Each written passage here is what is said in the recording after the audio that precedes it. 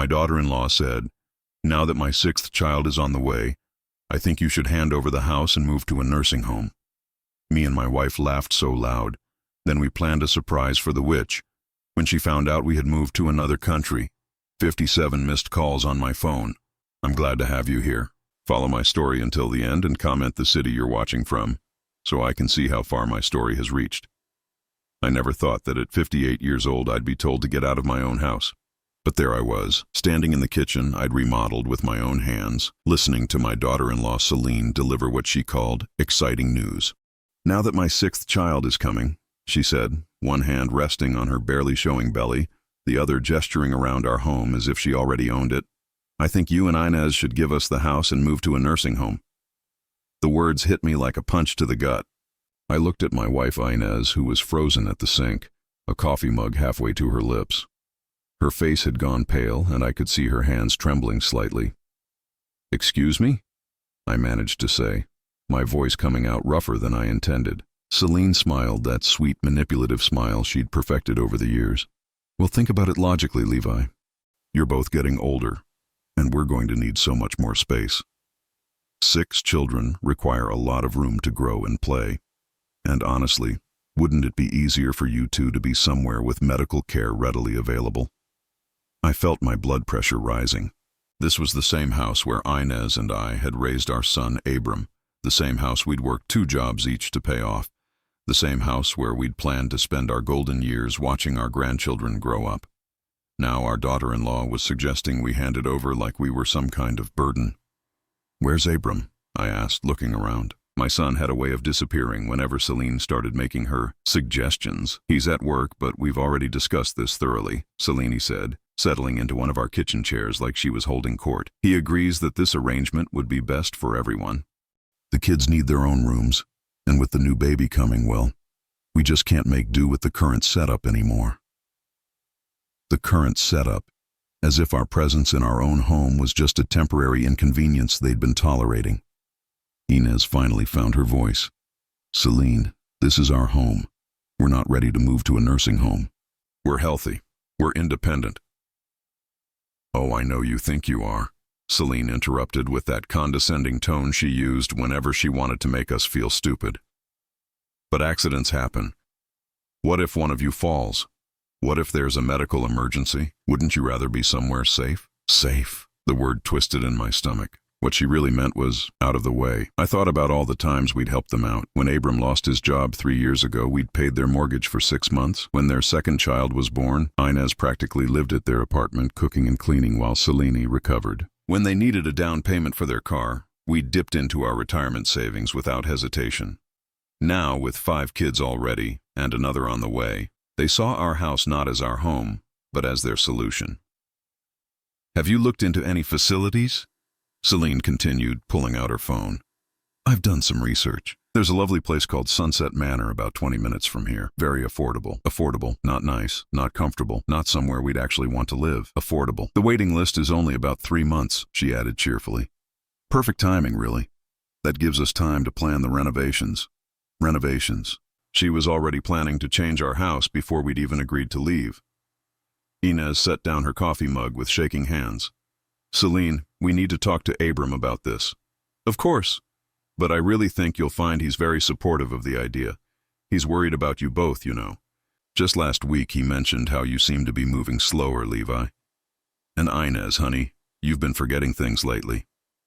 I hadn't been moving slower, and Inez's memory was sharp as ever. But Selene had a gift for planting seeds of doubt, making people question themselves. The front door opened, and I heard Abram's voice calling out, "I'm home." My heart lifted slightly. Maybe my son would put an end to this nonsense. "In here, baby," Selene called back, and I noticed how her voice immediately became sweeter, more affectionate. Abram walked into the kitchen, still in his work clothes, and kissed Selene on the cheek. "How are my girls?" he asked, rubbing her belly. "We were just discussing the housing situation with your parents," Selene said, looking up at him with those big, innocent eyes. Abram glanced at me and Inez, and I saw something flicker across his face. Guilt, maybe, or just resignation. "Dad, Mom," he started, and I could tell he'd rehearsed this. Selene and I have been talking, and with the new baby coming. You can't be serious, I interrupted. This is our home, Abram.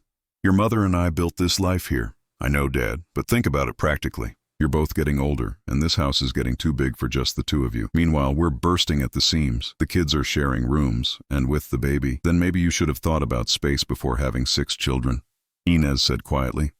But her words cut through the room like a knife. Selene's face hardened for just a moment before she forced her smile back. That's a cruel thing to say, Inez. These children are blessings. Your grandchildren are blessings. The manipulation was masterful.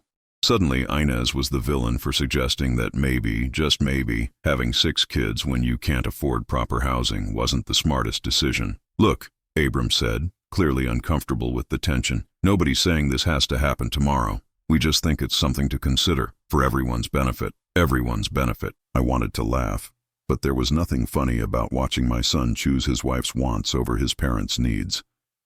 We'll think about it, I said finally, because I could see this conversation wasn't going anywhere good. Selene beamed like she'd won the lottery. Wonderful. I'll send you the information about Sunset Manor. They have activities and everything. You'll love it. As they left to go upstairs to their part of the house, Inez and I sat in our kitchen in stunned silence. The room felt different now, like it was already half theirs. Levi, Inez whispered, what are we going to do? I reached across the table and took her hand. It was cold and still trembling. I don't know yet, I said. But I know one thing for sure. We're not going to any nursing home. That night, lying in bed, I stared at the ceiling and listened to the sounds of the house settling around us. Somewhere above us, Selene was probably already measuring rooms and planning how to rearrange our lives to suit her needs. But she had made one crucial mistake. She had underestimated exactly how far Inez and I were willing to go to protect our dignity. The next morning, Selene was already making herself at home in ways that made my skin crawl. I found her in my workshop, going through my tools with the casual interest of someone evaluating what to keep and what to throw away. "Oh, Levi," she said when she saw me, not even having the decency to look embarrassed. "I was just thinking about how this space could be converted into a playroom for the kids. All these old tools are just collecting dust anyway." Old tools. These were professional-grade equipment I'd collected over 30 years of carpentry work. Each one had helped me build something meaningful, including the very house she was so eager to claim. "Those tools aren't collecting dust," I said, keeping my voice level. "I still use them." "Do you really, though?" She picked up my grandfather's hand plane, running her finger along the wood handle like she was appraising it. "When was the last time you actually built something?" "Last week, I'd repaired the back deck. 2 weeks before that, I'd fixed the loose banister on the stairs."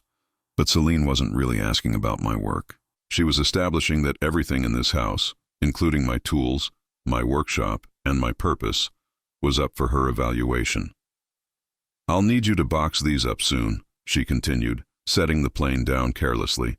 "The contractors will want to start measurements next week." Contractors. She'd already called contractors. I walked back to the house feeling like a stranger in my own home. In the kitchen, I found Inez staring out the window, still in her robe, cradling a cup of coffee that had probably gone cold an hour ago. "She's measuring the workshop," I said quietly. Inez nodded without turning around. "She asked me this morning if we had any sentimental attachments to the furniture in the living room. Said the new couch she has in mind would fit better if we got rid of that old sectional. The sectional we'd saved up for 3 months to buy. The one where we'd read bedtime stories to Abram, where we'd fallen asleep watching movies, where we'd comforted each other through hard times." "Inez," I said, moving to stand beside her, "we need to talk." She finally looked at me, and I saw something in her eyes I'd never seen before. Not just sadness or anger, but a kind of steel resolve. "I've been thinking," she said, "about Portugal." Portugal. We'd talked about it for years, ever since our friend Maria had moved there and started sending us pictures of her little house overlooking the ocean. The cost of living was lower, the weather was beautiful, and Maria always said the people were kind to foreigners, especially retirees. "The house Maria found," Inez continued. "She said her neighbor is selling. 3 bedrooms, a garden, walking distance to the market. And Levi, it costs less than what we'd pay for 6 months at that nursing home Selene picked out. I felt something shift in my chest. Not just anger anymore, but possibility. How much do we have in savings? I asked. Enough, Inez said. Especially if we sell this place. Sell this place. The idea felt radical and terrifying and somehow liberating all at once. Over the next few days, I started making phone calls. Quiet ones, when Selene was busy with the kids or out shopping. Maria put me in touch with a real estate agent in Portugal who spoke English. The numbers were better than I'd hoped. Our house here, even split with Abram, would give us enough to buy the Portuguese property outright and live comfortably for years. Meanwhile, Selene continued her not-so-subtle campaign to make us feel unwelcome. She started rearranging the kitchen, moving our dishes to make room for her new dinner set. She put up new curtains in the living room without asking. She even had the audacity to suggest that our bedroom would make a perfect nursery since it had such good natural light. The master bedroom has been ours for 28 years, Inez told her, with more patience than Selene deserved. I know, but think about it practically, Selene replied, using her favorite word. The baby will need to be close to me for nighttime feedings, and your old room on the second floor would be perfect for you two. Smaller, easier to heat, closer to the bathroom. Really, it's more practical for everyone. Our old room, the room that used to be Abram's when he was a teenager. That evening, I found myself in my workshop again. Not to build anything, but to think. I ran my hands over the workbench my father had given me, feeling the smooth wear patterns from decades of use. Selene saw junk. I saw history. I heard footsteps and turned to find Abram standing in the doorway. He looked uncomfortable, shifting his weight from foot to foot like he used to do as a kid when he was in trouble. Dad, he started. I wanted to talk to you about everything. What about it? He stepped inside, closing the door behind him. I know this is hard. But Selene's right about some things. You and Mom are getting older, and this house is a lot of work. Maybe a change would be good for you. I studied my son's face, looking for any sign of the boy I'd raised. Is that what you really think, Abram? Or is that what she thinks? His jaw tightened. That's not fair. Isn't it? When was the last time you made a decision about this family without consulting Selene first? She's my wife, Dad. We make decisions together. Together. And what about us? What about the fact that this is our house, our home? What about the fact that we've helped you financially more times than I can count? Abram looked down at his shoes. I'm grateful for everything you've done, but we can't keep living like this. 5 kids in 3 bedrooms, Selene stressed all the time. The new baby coming, and maybe you should have thought about that before having another baby. The words came out harsher than I'd intended, but I didn't take them back. Someone needed to say what everyone was thinking. That's between Selene and me, Abram said, his voice getting defensive. Is it? Because it seems like it's between Selene and everyone else who has to deal with the consequences of your choices. We stared at each other across the workshop, and I realized that somewhere along the way, I'd lost my son. Not to death or distance, but to a woman who'd convinced him that his parents were obstacles to overcome rather than people to honor. I'm going to ask you something, I said quietly, and I want you to really think before you answer. If your mother and I move out, if we give you this house, what happens when Selene decides she needs something else? What happens when the kids get older and she wants a bigger place, or a better neighborhood, or whatever her next practical solution is? Abram opened his mouth, then closed it. Because this won't be the end, son. This is just the beginning. Today, it's our house. Tomorrow, it's our savings. Eventually, it's our dignity. He left without saying another word. That night, Inez and I sat at our kitchen table with paperwork spread between us. Bank statements, property records, contact information for the Portuguese real estate agent. For the first time in weeks, I felt like we were taking action instead of just reacting. Are we really doing this? Inez asked, her pen hovering over a form. I looked around the kitchen one more time. At the cabinets I'd installed myself. At the tile backsplash Inez had chosen with such care. At the breakfast nook where we'd shared thousands of morning conversations. Then I thought about Selene measuring my workshop, rearranging our furniture, planning our exile to some cut-rate nursing home, while she turned our life's work into her personal kingdom. Yes, I said, we're really doing this. Inez smiled for the first time in days, and signed her name with a flourish. Upstairs, I could hear Selene talking loudly on the phone, probably to one of her friends, describing her plans for their new house. She had no idea that while she was busy counting her chickens, Inez and I were quietly planning to fly the coop. The next 2 weeks felt like living a double life. During the day, I smiled and nodded while Selene continued her conquest of our home. During the night, Inez and I planned our escape with the precision of military strategists. Maria had been invaluable, connecting us with everyone we needed in Portugal. The real estate agent, a lawyer who spoke English, even a moving company that specialized in international relocations. Every conversation was conducted in whispers, every email deleted after reading. The paperwork should be ready by Friday, Inez told me one morning, passing me coffee while Selene supervised the kids' breakfast in the dining room. Senora Costa says we can close on the house within 2 weeks if we wire the deposit. I nodded, stirring my coffee and trying to look like we were discussing something mundane. What about the moving company? They can have our things packed and shipped within 3 days of notice. Most of our furniture will arrive about a month after we do. It was surreal, planning to dismantle our entire American life, while Selene sat 20 feet away, completely oblivious. She was too busy redesigning our existence to notice that we were quietly erasing ourselves from it. That afternoon, while Selene took the kids to the park, I walked through the house with new eyes, not as someone being forced out, but as someone choosing to leave. The perspective made all the difference. In our bedroom, I opened the closet and started mentally cataloging what we'd take and what we'd leave behind. Inez's winter coats could stay. Portugal's climate was milder. My heavy work boots could go to charity. But the photo albums, the important documents, Inez's jewelry box that had been her mother's, these would come with us. "What are you doing?" Abram's voice startled me. I turned to find him standing in the doorway, looking confused. "Just organizing," I said, which wasn't entirely a lie. He stepped into the room, glancing around with the same expression Selene had when she was evaluating our belongings. "You know, this really would make a great nursery. The morning light is perfect, and there's enough space for a crib and a changing table." I closed the closet door and faced my son. "Abram, can I ask you something?" "Sure. Do you remember when you were 12 and you wanted to quit Little League because you weren't the best player on the team?" He frowned, clearly not understanding where this was going. "Yeah, I guess. What did I tell you?" You said that quitting when things get hard doesn't solve anything, that sometimes you have to fight for what matters to you." "Right. And what did you do?" "I stuck with it. Made the all-star team the next year." His frown deepened. "Why are you bringing this up?" I sat on the edge of the bed, suddenly feeling every one of my 58 years. "Because I'm wondering when you stopped fighting for what matters." "Dad, what are you talking about?" "This house matters, Abram. Your mother and I matter. But you're not fighting for us. You're not even fighting for yourself. You're just giving up." Abram's face flushed. "I'm not giving up. I'm being practical. We need the space, and you guys would be better off. Better off where? In some nursing home we can't afford.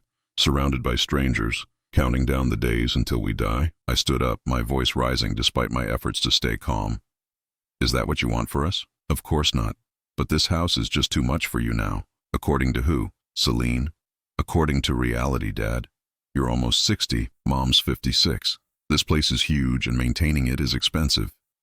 "We've been maintaining it just fine for almost 30 years. Things change." "Yes," I said quietly, "they do." That evening, Selene announced she'd made an appointment for us at Sunset Manor, just to look around, she said with that bright, false cheerfulness she'd perfected. "I think you'll be pleasantly surprised by how nice it is." I wanted to tell her we wouldn't be needing a tour, that by the time her appointment rolled around, we'd be on a plane to Portugal, but Inez caught my eye and shook her head slightly. "Not yet." "When is the appointment?" Inez asked. "Thursday at 2 o'clock. I'll drive you myself." "Thursday. Perfect." Our flight was scheduled for Friday morning. The next few days passed in a blur of secret phone calls and careful planning. I arranged for our bank to transfer funds internationally. Inez sorted through 40 years of accumulated belongings, deciding what was essential and what could be replaced. We moved slowly, methodically, making sure not to create any obvious signs of our preparations. On Tuesday, while Selene was at her doctor's appointment, I made one final call to the real estate agent handling our house sale. "Mr. Peterson," she said, "I have some interested buyers, but I should warn you, they're asking about the timeline. They want to know when the property would be available." "Tell them 60 days, I said. "The current tenants will need time to find alternative arrangements." Current tenants. That's what Abram and Selene would become once we transferred ownership. They could stay in the house, but they'd be responsible for the mortgage, the taxes, the maintenance, all the practical considerations Selene had overlooked in her eagerness to acquire our home. "Are you sure about this arrangement?" the agent asked. "Most people in your situation would—" "I'm sure," I interrupted. "Draw up the papers." Wednesday evening brought an unexpected complication. I was in the garage, quietly boxing up some of my smaller tools, when I heard raised voices from the kitchen. Selene's voice, sharp with irritation, and Abram's, defensive and strained. "I don't understand why you're being so difficult about this," Selene was saying. "They agreed to look at the nursing home. Why are you having second thoughts now?" "Because they're my parents, Selene. Maybe we're rushing into this." I crept closer to the door, shamelessly eavesdropping. "Rushing? We've been planning this for months. The contractors are scheduled for next week. I've already picked out paint colors for the nursery. What if they don't want to go? Then we'll have to be firm about it. Sometimes you have to make hard decisions for people's own good. But what if we're wrong? What if they're not ready?" There was a long pause, and when Selene spoke again, her voice had changed, softer, more manipulative. "Baby, I know this is hard for you, but think about our children. Think about the baby I'm carrying. Don't we deserve a real home? A place where our family can grow and thrive?" "Of course we do. Your parents have had their time in this house. They've raised their family, lived their lives. Now it's our turn. That's how these things work." I pressed my back against the garage wall, feeling sick. Selene wasn't just taking our house. She was rewriting the narrative to make Abram feel noble about it. "I suppose you're right," Abram said finally, and I heard the defeat in his voice. "I know I am, and deep down, your parents know it too. They're just having trouble accepting change. But once they're settled at Sunset Manor, they'll thank us." I nearly laughed at the absurdity of it. Thank them for exile. Thank them for being discarded like outdated furniture.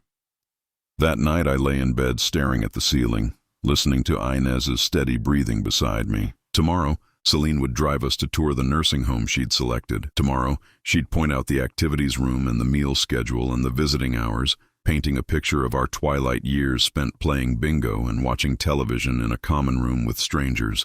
But she had no idea that tomorrow would be the last day she'd ever see us. I rolled over and gently shook Inez awake. "What is it?" she whispered. "I love you," I said, "and tomorrow we start over." She smiled in the darkness and squeezed my hand. "I can't wait." Outside our window, the house settled around us with familiar creaks and sighs. By Friday night, those sounds would be Selene's to interpret. Selene's to worry about when the heating system made that clicking noise, or when the old pipes rattled in the walls. For 30 years, this house had been our responsibility, our pride, our sanctuary. Now it would become her burden. And somehow that felt like the most poetic justice of all. Thursday morning arrived gray and drizzly, as if the weather itself was reflecting the somber mood that had settled over our house. At least, it felt somber to me and Inez. Selene bounced around the kitchen with her usual energy, excited about showing us our new home. "I packed some sandwiches for after the tour," she announced, holding up a small cooler. "I thought we could have a little picnic in their garden area. The administrator said they have lovely grounds." I nodded and smiled, sipping my coffee slowly. Every normal gesture felt strange now, knowing it was one of the last times I'd sit at this kitchen table, in this chair, looking out at the backyard where I'd taught Abram to throw a baseball. "You seem quiet this morning, Levi," Selene observed. "Are you nervous about the visit?" "Just thinking," I said. "Well, don't overthink it. I know change can be scary at your age, but I really think you're going to love Sunset Manor. The woman I spoke to said they have woodworking classes. You could teach the other residents some of your carpentry skills." Other residents. As if I was already one of them, already resigned to spending my final years making birdhouses with arthritic strangers instead of building something meaningful in my own workshop. Inez excused herself to get ready, and I followed suit. In our bedroom, I found her standing in front of the dresser, holding the small leather jewelry box that had been her mother's. "Second thoughts?" I asked quietly. She shook her head, just saying goodbye. I understood. This room had been our sanctuary for decades. It's where we'd whispered about our dreams, where we'd comforted each other through my father's death and Inez's cancer scare 5 years ago, where we'd made love and made plans and made peace with each other after arguments. Now Selene wanted to turn it into a nursery. "The new place will be good," I said, as much to convince myself as to reassure Inez. "I know. It's not about the house, Levi. It's about—" She gestured around the room, struggling to find words. "It's about them not caring enough to let us choose for ourselves," I finished. She nodded, tears welling up in her eyes. I pulled her close, inhaling the familiar scent of her shampoo. Hey, we're choosing now. We're finally choosing. At exactly 1:30, Selene appeared in our doorway, car keys jingling in her hand. Ready to go see your new home? The drive to Sunset Manor took 23 minutes, during which Selene maintained a steady stream of cheerful commentary about the facility's amenities. 3 meals a day, housekeeping service, a full-time nurse on staff, organized activities every afternoon. And the best part, she said, glancing at us in the rearview mirror, is that you won't have to worry about maintenance or repairs or any of that stressful homeowner stuff anymore. I'd been handling maintenance and repairs for 40 years. It wasn't stressful. It was purposeful. But pointing that out would only lead to another lecture about how things change as you get older. Sunset Manor looked exactly like what it was, an institutional building designed to house people society had decided were no longer useful.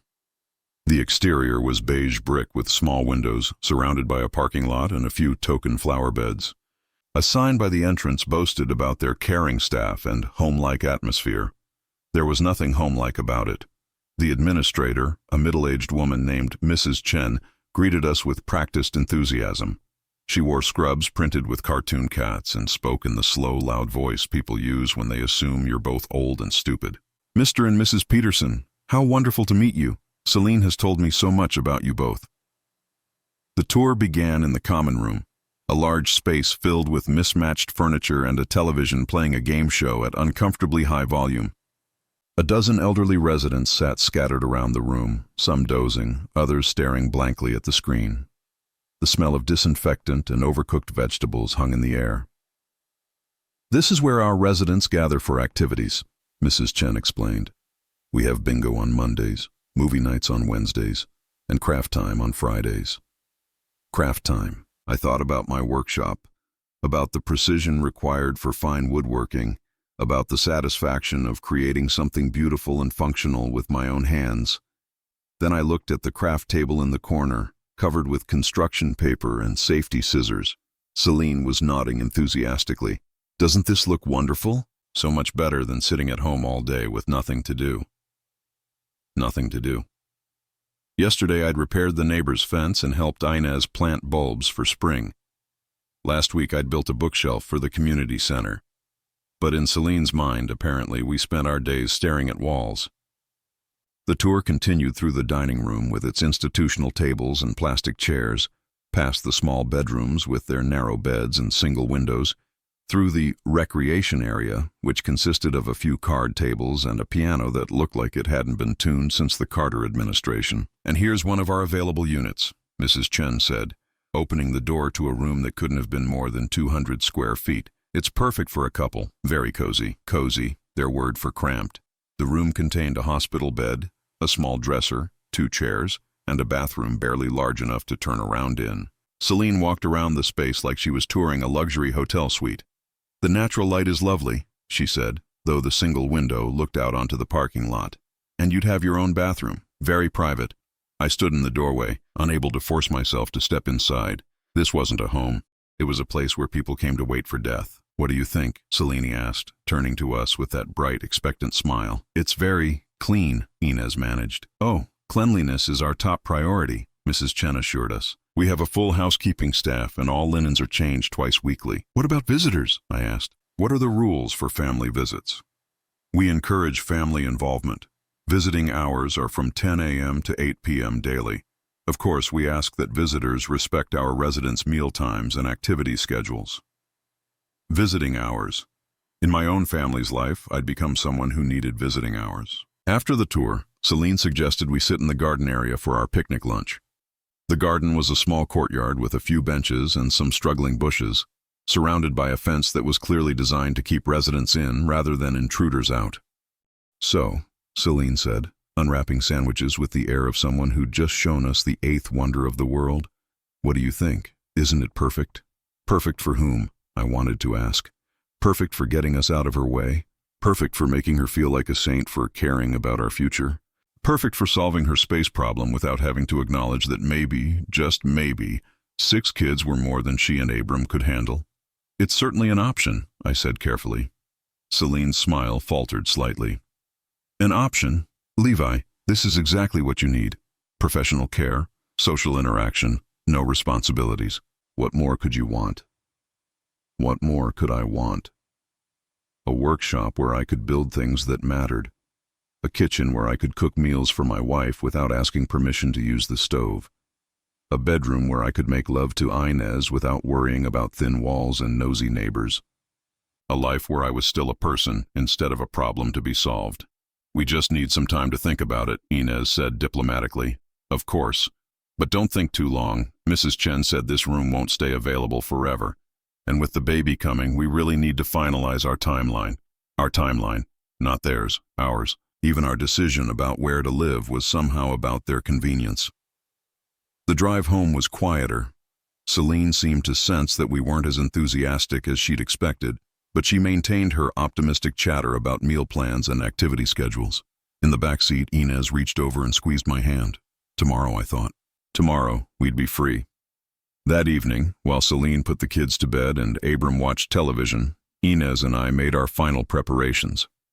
We packed 2 suitcases with essentials, enough clothes for a week, important documents, medication, the few pieces of jewelry and keepsakes we couldn't bear to leave behind. Everything else would follow later, shipped by the moving company we'd hired. Or it wouldn't, and we'd replace it. At this point, things mattered less than freedom. I wrote a letter to Abram, explaining our decision and leaving instructions for the house transfer. The mortgage would become his responsibility, along with all the practical considerations Selene had been so eager to escape. I sealed it in an envelope and left it on the kitchen counter where they'd find it in the morning. At 11 p.m., we called a taxi to pick us up at 6 a.m. Our flight to Lisbon departed at 9:15. Any regrets? I asked Inez as we lay in our bed for the last time. About leaving? No, she paused, thinking. About not trying harder to make them understand? Maybe. They wouldn't have understood. They can't see past their own needs. I know. But Abram is still our son. And he made his choice. Now we're making ours. Outside, the house settled around us with its familiar night sounds. The heating system clicking on. The old pipes expanding. The wind rattling the windows I'd replaced just 3 years ago. Tomorrow, these would be Selene's problems to solve. The taxi pulled away from our house at 6:15 a.m. and I didn't look back. Inez did, pressing her face to the rear window as our home of 30 years disappeared behind a row of maple trees. When she finally turned around, her eyes were wet, but her jaw was set with determination. No second thoughts, she said firmly, more to herself than to me. The airport was busy despite the early hour, filled with business travelers and vacationers beginning their journeys. We looked like any other retired couple heading off on a trip, wheeling our modest suitcases through the terminal. No one could have guessed we were refugees fleeing our own family. Our flight was on time. As the plane lifted off from American soil, I felt a weight I hadn't even realized I was carrying begin to lift from my shoulders. Somewhere below us, Selene was probably discovering our letter, reading our explanation, realizing that her carefully orchestrated plan had just collapsed. The thought gave me more satisfaction than it probably should have. We were somewhere over the Atlantic when my phone started buzzing. I'd turned it off during takeoff, but switched it back on out of curiosity. The screen lit up with notification after notification. Missed calls, text messages, voicemails, 17 missed calls from Abram, 23 from Selene, 12 from numbers I didn't recognize, 5 from Inez's sister Linda, who lived 2 states away and rarely called unless someone had died. Should we listen to them? Inez asked, looking at her own phone, which was showing similar numbers. I scrolled through the messages first. They painted a picture of escalating panic. Abram, 7:15 a.m. Dad, what the hell is going on? Where are you? Selene, 7:18 a.m. Levi, this isn't funny. Call me back immediately. Abram, 7:22 a.m. Your neighbor saw you getting in a taxi. Are you at the hospital? Is someone hurt? Selene, 7:31 a.m. I found your letter. You can't be serious about this. Call me. Abram, 7:45 a.m. Dad, please, we can work this out. Don't do something you'll regret. Selene, 8:03 a.m. You're being completely unreasonable. Think about what this will do to the children. The messages continued in that vein for another hour, growing more frantic and angry with each one. By 9 a.m., Selene's tone had shifted from demanding to pleading. Selene, 9:07 a.m. I'm sorry if I hurt your feelings. We can discuss alternatives. Please come home. Selene, 9:15 a.m. The kids are asking where Grandma and Grandpa went. What am I supposed to tell them? Selene, 9:28 a.m. I called the police. They won't do anything because you're adults, but they said missing person reports can be filed after 24 hours. I almost laughed at that one. Missing persons. As if we were lost instead of liberated. The voicemails were even more revealing. I put in my earbuds and listened to them in chronological order, watching Selene's carefully constructed world crumble in real time. The first few were Abram, confused and worried. Dad, Mom, where are you? Selene found some kind of letter, but it doesn't make sense. Call us back. Then Selene took over, and her messages told the whole story of her emotional breakdown. Levi, Inez, this is ridiculous. You can't just disappear because you're upset about the nursing home. We never said you had to go immediately. We can discuss alternatives. Alternatives? Now that we were gone, suddenly there were alternatives. I don't understand how you could do this to Abram. He's devastated. He thinks you're angry with him, and frankly, I'm starting to think you are. This is cruel, Levi. Your own son doesn't deserve this kind of treatment. It was fascinating listening to Selene rewrite the narrative to make us the villains. We weren't people who'd been pushed out of our own home. We were cruel parents abandoning our poor, innocent son. I called your bank. They said there's been some unusual account activity, but they won't give me details because I'm not on the accounts. What are you doing with your money? Are you having some kind of mental health crisis? Mental health crisis, because the only possible explanation for refusing to be discarded was insanity. The messages continued throughout our flight, and I could track Selene's growing desperation through her increasingly frantic tone. The mortgage company called. Something about a transfer of ownership. Levi, what did you do? You can't just dump the house on us without warning. We're not prepared for this kind of responsibility. Not prepared. The same woman who'd been so eager to claim our house suddenly wasn't prepared to pay for it. I don't understand the legal paperwork you left. It says something about 60 days to assume the mortgage. We can't qualify for a mortgage this size on Abram's salary alone. You know that. Of course I knew that. That was the point. This is financial sabotage, Levi. You're trying to ruin us because you're angry about the nursing home suggestion. This isn't fair. Fair. I thought about 30 years of mortgage payments, of scrimping and saving to pay off the house they'd wanted us to simply hand over. I thought about the retirement savings we'd spent on their emergencies, the vacation fund we'd emptied to pay for their car. Fair was a concept Selene had never understood when it applied to anyone but herself. By message 37, Selene was no longer angry. She was panicked. Please come home. We can work something out. I was wrong about the nursing home, okay? You can stay in the house. We'll make it work somehow. The kids miss you already. The kids miss you. The same kids she'd been planning to give our bedroom to. Message 41 was Abram again, and for the first time, he sounded like my son instead of Selene's puppet. Dad, I know I screwed up. I should have stood up to Selene about the house thing. I should have defended you and Mom. I was being weak, and I'm sorry. But please don't punish me by disappearing. We can fix this. It was the first time in years that Abram had admitted he'd made a mistake. The first time he'd acknowledged that maybe, just maybe, his wife wasn't always right. But it was also too little, too late. Message 45 was back to Selene, and her desperation had reached new heights. I talked to a lawyer. He says you can't just transfer property ownership without both parties agreeing to the mortgage assumption. This is illegal, Levi. You're committing fraud. Fraud. Everything we'd done was completely legal, handled by qualified attorneys and properly documented. But Selene had never been bothered by facts when they contradicted her preferred narrative. I'm pregnant, Levi. I'm carrying your grandchild, and the stress of this situation isn't good for the baby. Is this what you want? To hurt your own grandchild because you're angry at me? And there it was, the ultimate manipulation. The unborn baby as a weapon, wielded by a woman who'd thought nothing of using that same pregnancy to justify kicking us out of our home. The messages kept coming throughout our layover in New York. 57 in total, each one revealing more about Selene's character than she probably intended. I called your church. Pastor Williams wants to mediate a family meeting. He says what you're doing goes against Christian values of forgiveness and family unity. I called your sister Linda. She's very disappointed in you both. She said she never thought you'd abandon family like this. The neighbors are asking questions. Mrs. Rodriguez wants to know if you're okay. I had to tell her you'd had some kind of breakdown. People are starting to talk. People are starting to talk.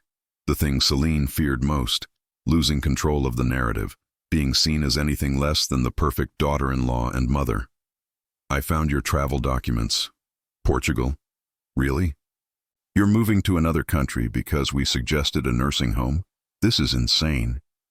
Message 54 was the most revealing of all. The mortgage payment is due in 15 days. 15 days, Levi. And the property tax bill came today, $4,800. How are we supposed to come up with that kind of money? Abram's salary barely covers our current expenses, and with the new baby coming, I can't work. You're destroying us financially. You're destroying us financially. The woman who'd spent 6 years letting us pay for everything, who'd planned to take our house and stick us in the cheapest nursing home she could find, was accusing us of financial destruction. The final message was Abram again, recorded just before our connecting flight took off. Dad, please. I know we hurt you. I know we were wrong.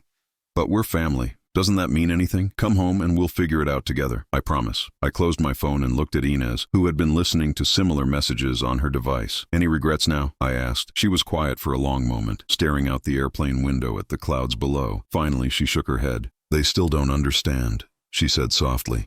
Even now, even after we've left, they still think this is about them getting their way. Abram's sorry we're upset, but he's not sorry we were treated badly. Selene's sorry we left, but she's not sorry she tried to throw us away. She was right.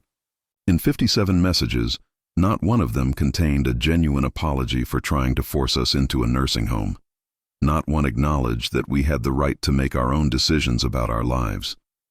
They were sorry we'd left, but only because our leaving had created problems for them. I turned my phone off. Inez said, I don't want to hear any more. I did the same. Whatever they had to say, we'd already heard enough. As our plane descended toward Lisbon, I felt lighter than I had in months. Somewhere behind us, Selene was probably calling everyone she knew, trying to mobilize an army of guilt and obligation to bring us back. She was discovering that her carefully laid plans meant nothing without our cooperation.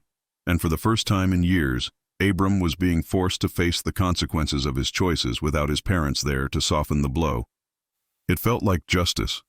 Portugal was everything Maria had promised and more. Our taxi from the airport wound through narrow streets lined with colorful houses, their red tile roofs gleaming in the afternoon sun. The air smelled of salt and eucalyptus, completely different from the industrial heaviness of home. When we finally reached our new house, I understood why Maria had fallen in love with this place. The house was small but perfect, 2 bedrooms, a cozy kitchen, and a living room with windows that opened onto a garden overlooking the sea. The previous owner had left behind lemon trees and grapevines, and there was a small workshop in the back that would be ideal for woodworking once I got my tools shipped over.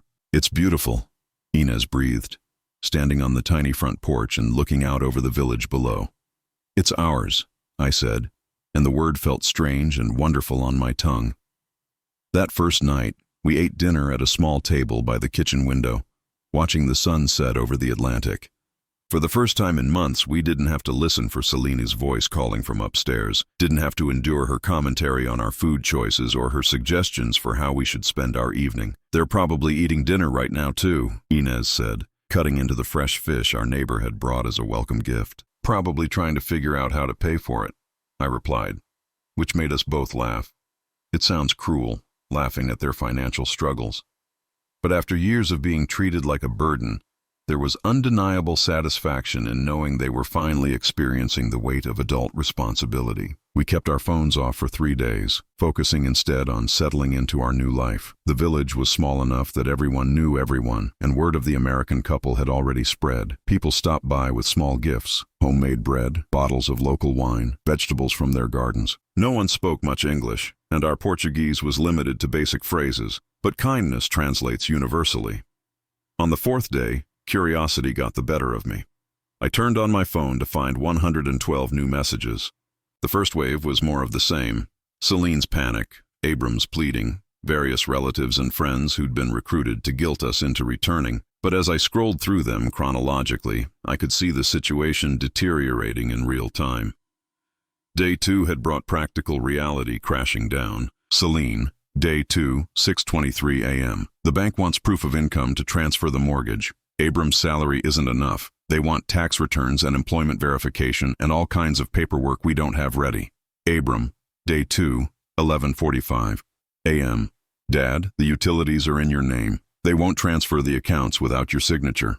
Can you at least help us with that? Selene, Day 2, 3:17 p.m. I went to the grocery store and the credit card was declined. Why is the credit card declined? What did you do to our accounts? Our accounts. The credit card they'd been using was linked to our checking account, which we'd closed before leaving. Apparently, Selene had never bothered to get her own credit card. Day 3 brought bigger problems. Abram, Day 3, 7:30 a.m. The washing machine is broken. There's water everywhere. I don't know how to fix it. Dad, can you at least tell me who to call? For 30 years, I'd handled every repair in that house. Every leaky faucet, every electrical problem, every appliance that needed fixing or replacing. Abram had never bothered to learn because Dad would always take care of it. Now Dad was 2,000 miles away. Selene, Day 3, 2:45 p.m. I called 3 plumbers. The cheapest one wants $300 just to look at the washing machine. $300. This is your fault, Levi. If you hadn't abandoned us, we wouldn't be dealing with this. My fault. The washing machine breaking was my fault because I wasn't there to fix it for free. Selene, Day 3, 6:18 p.m. I had to use the credit card at the emergency card place to get money for groceries. $40 fee just to get cash. $40. Do you know how much that adds up to? Yes, I did know how much that added up to. That's why Inez and I had always been careful with our finances, always planned ahead, always maintained our credit and our accounts responsibly. But Selene had never needed to learn financial responsibility because we'd always been there to cover the gaps. Day 4 brought the message I'd been expecting. Abram, Day 4, 10:15 a.m. Dad, we can't do this. The mortgage payment is $1,200. The utilities are another $300. Groceries for 7 people cost more than I make in a week. We need help. $1,200. For years, Inez and I had paid that mortgage without complaint, along with utilities, property taxes, homeowners insurance, and maintenance costs. We'd made it look easy because we'd been doing it for decades, living below our means and managing our money carefully. But Selene had seen our financial stability and assumed it was effortless. That money simply appeared when needed. Selene, Day 4, 2:33 p.m. I looked at our budget. Abram's salary barely covers the mortgage and utilities. There's nothing left for food or clothes or anything else. How did you make this look so easy? We made it look easy by not having 6 children we couldn't afford, by not spending money on things we didn't need, by working for 30 years to build financial stability instead of expecting it to be handed to us. But I didn't say that. I didn't say anything. Our phones stayed off. The messages continued for 2 weeks, documenting their slow descent into reality. The baby's room isn't going to happen. We can't afford contractors. I had to return the new couch. We need the money for groceries.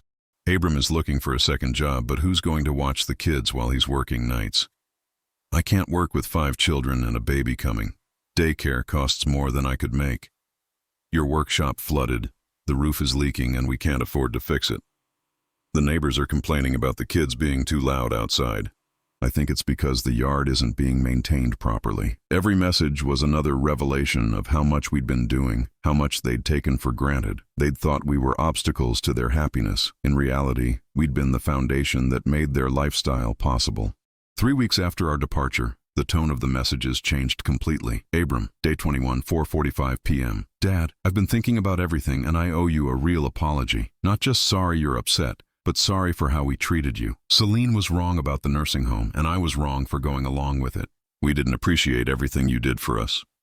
It was the first genuine apology we'd received, but it had taken 3 weeks of struggling with the responsibilities we'd carried effortlessly for them to understand what we'd actually contributed to their lives. Selene, Day 22, 9:12 a.m. I realize now that I made some mistakes.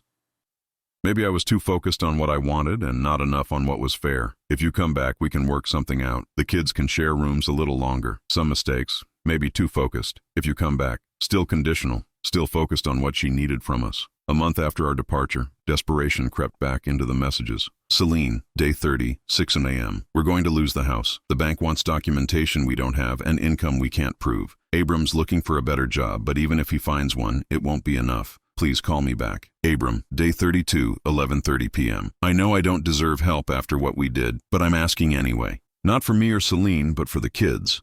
They didn't choose any of this. They don't deserve to be homeless because their parents made bad decisions. Using the children as leverage. Even now, even facing the loss of the house, they were still trying to manipulate us. 2 months after our departure, acceptance finally began to set in. Abram, day 58, 3:15 p.m. We're moving in with Selene's mother. It's not ideal, but it's what we can afford right now. I finally understand why you left. I'm sorry it took losing everything for me to figure out how much you sacrificed for us. Selene, day 60, 7:22 a.m. I don't expect forgiveness, but I want you to know that I understand now what I took from you.